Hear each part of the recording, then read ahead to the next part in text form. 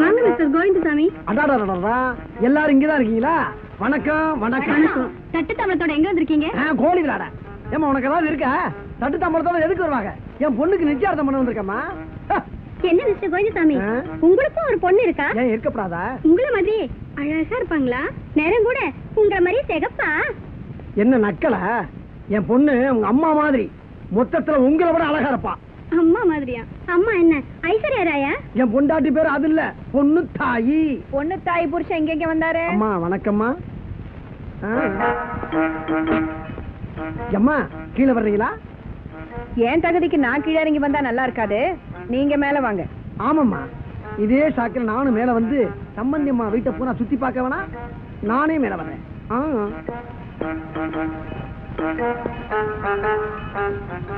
உட்காருங்க.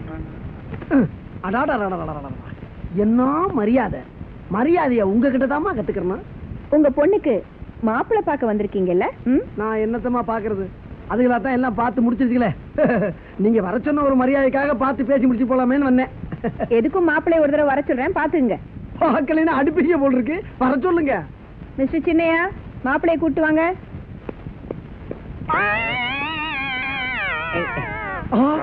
உங்க மாப்பிள்ளை எப்படி? மாப்பிள்ளையா? மாமா. யாரா மாமா? ஏமா யாருமா அவன்? ஐயா இப்படி பாத்துக்கிட்டே இருந்தா அப்படி கொஞ்சம் வாயை திறந்து சொல்லுங்க. ராஜலட்சுமி பீடா வேணுமா? வச்சிருக்கேன். ஐயா நீங்க பீடா போடுறத பாக்குறதுக்கான இங்க வந்திருக்கோம். நீ பார்க்கவே வேண்டாம்பா. ஏமா என்னமா இது? பீடா. இது வீடா? கொஞ்சம் விவரமா சொல்லுங்க, ஒண்ணுமே புரியல. ஹோந்திரத்துல கலப்பாதீங்க. எந்திரிமேன்.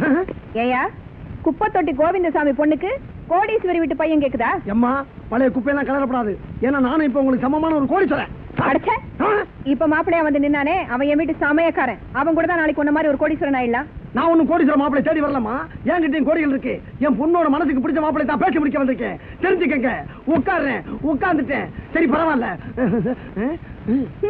சாக்கடையில சந்தனத்தை கலக்கணும்னு எந்த முட்டாளும் நினைக்கிறது இல்ல. ஏமா பூவோட சேர்ந்த நாரும் மணக்காத? சரி, உன் விருப்பப்படியே உன் பொண்ணுக்கே என் பையனை கட்டி வைக்கிறேன்னு வச்சுக்க. நாளைக்கே அவங்களுக்கு ஒரு குழந்தை பிறந்துச்சுன்னா அத குப்பை தொட்டிக்காரன் பேரன்னு சொல்லுவாங்களா, இல்ல கோடீஸ்வரி வீட்டு வாரிசுன்னு சொல்லுவாங்களா? அப்படி ஒரு நிலைமை வரக்கூடாதுதான் அந்த சமயக்காரனையே உனக்கு மாப்பிள்ளையாக்கலாம்னு நினைச்சேன். குப்பைக்கு சமையலுக்கு ஒத்து போயிரும் பாரு. அம்மா என் மேல இருக்க விருப்பலையும் கோபத்திலையும் என் பொண்ணு பண்ணி வாங்கிறாங்கம்மா. பாவம் அறியாதம். இந்த ஏமாத்தத்தை அவனால தாங்கவே முடியாதுமா. தொடப்ப கட்டைக்கு பட்டு குஞ்சத்தை கட்டுறதுனால யாரும் தொப்பி நினைச்சு தலையில வச்சுக்க மாட்டாங்க. திடீர்னு காசு பணம் வந்துட்டா குலம் கோத்திரம் பரம்பரை எல்லாம் வந்துருமா? நீ யாரு நான் யாரு? இது பாரு, உன் பொண்ணு என் பையன் கிட்ட கேட்டு போயிருந்தா சொல்லு, லட்சமோ 2 லட்சமோ தூக்கி விட்டுறேன், வாங்கிக்கிட்டே அது ஓடி போயிடு.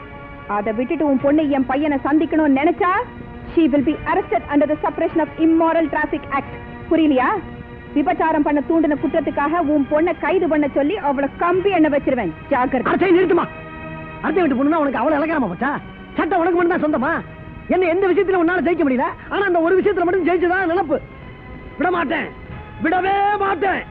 ஊர்ல உன் பிள்ளை மட்டும் தான் ஓவியமான மாப்பிளையா? என் பிள்ளைக்கு வேற மாப்பிளை கிடைக்க மாட்டான் பாரு. இதை விட பெரிய இடத்துல என் பிள்ளைக்கு மாப்பிளை பார்த்து அந்த கல்யாணத்துக்கு உன்னை கூப்பிட்டு உன் கையால அச்சதை போட வைக்கல, நான் குப்பை தட்டி கோயில் இல்ல, சாரி கோடீஸ்வர கோயில் இல்ல. பேசுறா பேச்சு. ஆனா கல்யாணத்துக்கு கூப்பிடுவேன், ஊர்ல இல்ல நொல்லன்னு சொல்லிவிட்ட திருப்பா சட்டியார் தான் வருவேன். ஜாக்கிரதை. யார் வீட்ல? அம்மா, ராஜலட்சுமி அம்மா. எங்க இருக்கீங்க? கொஞ்சம் வெளியே வரீங்களா? யாரடி அவ? என் வீட்டுக்குள்ளேயே வந்து என்ன பேரை சொல்லி கூப்பிடுறவ? குப்பை தொட்டி கோவிந்தசாமி பொண்ணு. எங்க வந்த? சூப்பர் நடிகமா நீங்க. உங்களுக்கு ஏன் ஊராட்சி பட்ட கிடைக்கலன்னு தெரியல. வேணும்னு நான் சிபாரிசு பண்ணட்டுமா? வாட்ச்மேன், முதல்ல இதை பிடிச்சி வெளியே தள்ள. என்ன இந்த கோட்டையை விட்டு வெளியே தள்ளிட்டேனா நான் பேச வேண்டியதெல்லாம் உன்னை நடு ரோட்ல நிக்க வச்சு பேசுவேன். சம்மதமா? என்னடி பேச போற? அப்படி கேளு சொல்றேன். என்ன பயன்படுத்தி எங்க அப்பா இங்க வர சொல்லி 10 பேருக்கு நடுவுல அவர் அவமானப்படுத்திடல. ஆமா, என்னன்னு உள்ள தள்ளிடுன்னு சொன்னியாமே. ஆமா, அதுக்கு என்ன இப்போ? அது உன்னால முடியாது. அது மட்டும் இல்ல, உனக்கு மருமகளா என்ன தவிர வேற ஒருத்தையும் வர முடியாது. என்னடி மிரட்டுறியா? பூரா கேளுமா. நீயா எங்க வீடு தேடி வந்து எங்க அப்பா கிட்ட மன்னிப்பு கேட்டு உங்க மகனை என் மகனுக்கு கட்டி வைங்கன்னு கெஞ்ச வைக்கிறேன். ராவ் பகதூர் பரம்பரையில வந்த இந்த ராயல் ராஜலட்சுமி கிட்ட சவால் பண்றியா? சவால நினைச்சா சமாளிச்சு பாரு. நீ தோத்துட்டா நீ சொன்ன சமையல்காரனே கட்டிக்கிட்டு உன் வீட்டுல காலம் பூரா நான் சமையல்காரியா வேலை செய்யறேன்.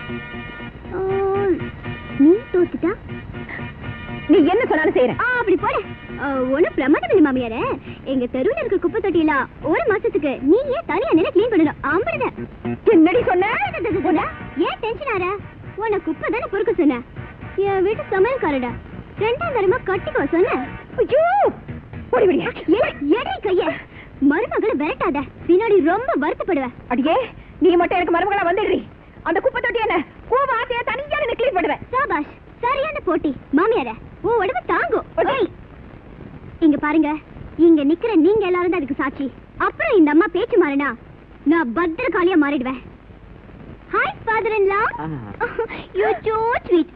இத கட்டில நீங்க எப்படிதான் மாறிடுறீங்களோ. நான் போயிட்டு வரேன்.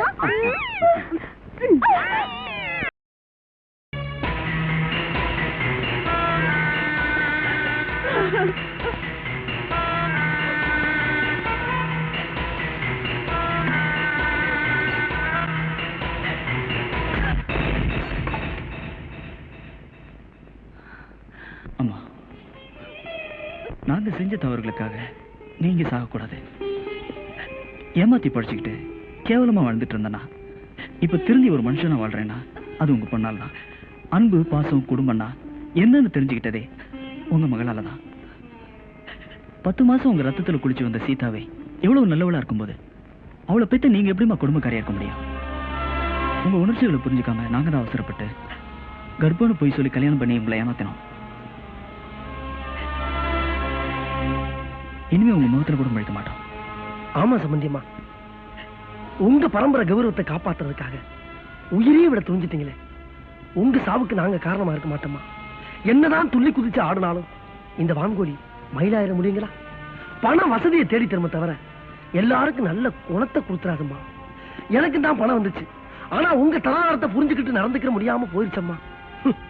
மனுஷனுக்கு மனுஷன் விட்டு கொடுத்து வாழணுமே தவிர இந்த போட்டி சவாலு நான் ரொம்ப தாழ்ந்துட்டம்மா. நினைச்சாலே வெக்கமா இருக்கு. என்ன மன்னிச்சிருங்கம்மா.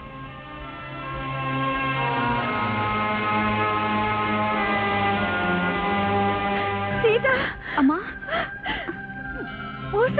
நீ நான் இன்னும் சாகலம்மா. ஏன்னு சொல்லுங்க. இவ எனக்கு தங்கச்சின்னா நீங்க எனக்கு அம்மா இல்லையா?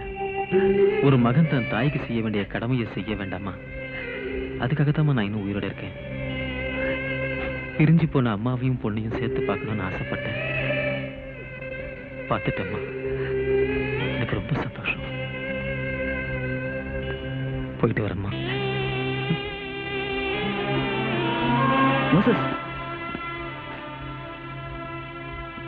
நாங்களும் இவங்களை விட்டு பிரிஞ்சு இருக்கிறதா இவங்க அந்தஸ்துக்கு நல்லது. என்ன செய்தா? ஆமாங்க, வாங்க போலாம். எங்களுக்கு தப்பா நினைக்காதீங்கம்மா.